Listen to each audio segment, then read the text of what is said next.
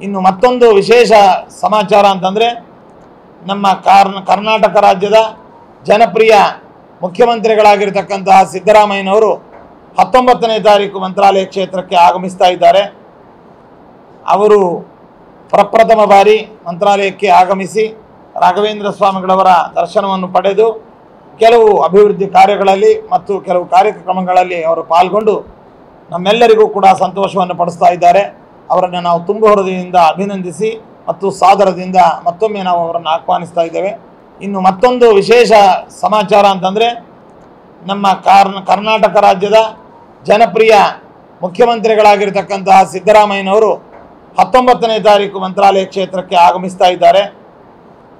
ಅವರು ಪ್ರಪ್ರಥಮ ಬಾರಿ ಮಂತ್ರಾಲಯಕ್ಕೆ ಆಗಮಿಸಿ ರಾಘವೇಂದ್ರ ಸ್ವಾಮಿಗಳವರ ದರ್ಶನವನ್ನು ಪಡೆದು ಕೆಲವು ಅಭಿವೃದ್ಧಿ ಕಾರ್ಯಗಳಲ್ಲಿ ಮತ್ತು ಕೆಲವು ಕಾರ್ಯಕ್ರಮಗಳಲ್ಲಿ ಅವರು ಪಾಲ್ಗೊಂಡು ನಮ್ಮೆಲ್ಲರಿಗೂ ಕೂಡ ಸಂತೋಷವನ್ನು ಪಡಿಸ್ತಾ ಇದ್ದಾರೆ.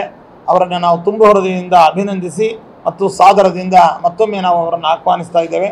ಇನ್ನು ಮತ್ತೊಂದು ವಿಶೇಷ ಸಮಾಚಾರ ಅಂತಂದರೆ ನಮ್ಮ ಕರ್ನಾಟಕ ರಾಜ್ಯದ ಜನಪ್ರಿಯ ಮುಖ್ಯಮಂತ್ರಿಗಳಾಗಿರ್ತಕ್ಕಂತಹ ಸಿದ್ದರಾಮಯ್ಯನವರು 19ನೇ ತಾರೀಕು ಮಂತ್ರಾಲಯ ಕ್ಷೇತ್ರಕ್ಕೆ ಆಗಮಿಸ್ತಾ ಇದ್ದಾರೆ.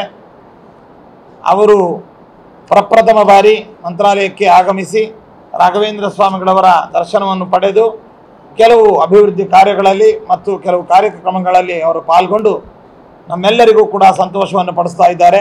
ಅವರನ್ನು ನಾವು ತುಂಬ ಹೃದಯದಿಂದ ಅಭಿನಂದಿಸಿ ಮತ್ತು ಸಾದರದಿಂದ ಮತ್ತೊಮ್ಮೆ ನಾವು ಅವರನ್ನು ಆಹ್ವಾನಿಸ್ತಾ ಇದ್ದೇವೆ.